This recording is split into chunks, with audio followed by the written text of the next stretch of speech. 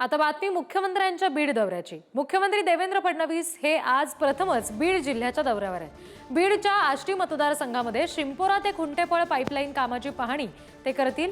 शिवाय बोगदा कामाचं भूमिपूजन सुद्धा फडणवीसांच्या हस्ते केलं जाणार आहे। दुपारी साधारणपणे 1 वाजण्याच्या सुमारास कार्यक्रम होणार आहे। यावेळी विधानसभेचे सभापती राम शिंदे, मंत्री राधाकृष्ण विखे पाटील, मंत्री पंकजा मुंडे यांच्यासह आमदार खासदारांची उपस्थिती असेल।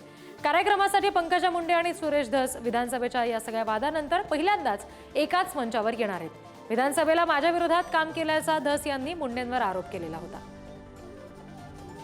आणखी तपशील आपण घेऊया। प्रतिनिधी सचिन जिरे सध्या आपल्याशी जोडले गेलेले आहेत त्यांच्याकडून।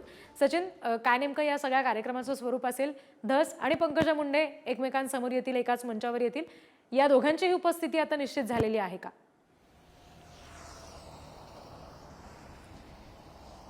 रिद्धी, नक्कीच या दोघांची उपस्थिती ही निश्चित झालेली आहे। पंकजा मुंडे या कार्यक्रमाला येणार आहेत, त्यांचा शासकीय दौरा देखील आलेला आहे। आपण पाहतो की मुख्यमंत्री झाल्यानंतर पहिल्यांदाच फडणवीस हे बीड जिल्ह्याच्या दौऱ्यावर येणार आहे आणि या कार्यक्रमाला ते उपस्थित राहणार आहे। आपण पाहतो की गेल्या 1.5 महिन्यापासून बीड जिल्हा हा धगधगतोय संतोष देशमुख यांच्या हत्याकांडाच्या अनुषंगाने आणि या रोज नवनवीन एक माहिती देणार म्हणजे लोकप्रतिनिधी म्हणून धस यांच्याकडे पाहिले जातात। त्यांनी अनेक आरोप हे धनंजय मुंडे आणि वाल्मिक कराड यांच्यावरती केलेले आहेत। त्याच पार्श्वभूमीवरती आता मुख्यमंत्री येत आहेत, कार्यक्रम होतोय आणि पंकजा मुंडे हे या कार्यक्रमाला उपस्थित राहणार आहे, हे महत्त्वाचं मानलं जातं। कारण की आता धस आणि मुंडे हे एकाच व्यासपीठावर असणार आहे आणि तिथून मुख्यमंत्र्यांच्या साक्षीने ते या ठिकाणी आपली भूमिका मांडणार आहे। काल वक्तव्य करताना सुरेश धस यांनी असं म्हटलं होतं की मी धनंजय मुंडे यांचा मंत्रिपदाचा राजीनामा मागितला नव्हता, त्यांच्याच पक्षाचे सोळुंके जे लोकप्रतिनिधी त्यांनी हा राजीनामा मागितला होता, अशा पद्धतीचं वक्तव्य त्यांनी केलं होतं। त्यानंतर मला जे बोलायचं मी उद्या बोलेल असं देखील ते पुढे बोलताना बोलले होते। त्यामुळे आज या ठिकाणी जे कार्यक्रम होणार आहे मुख्यमंत्रीच्या साक्षीने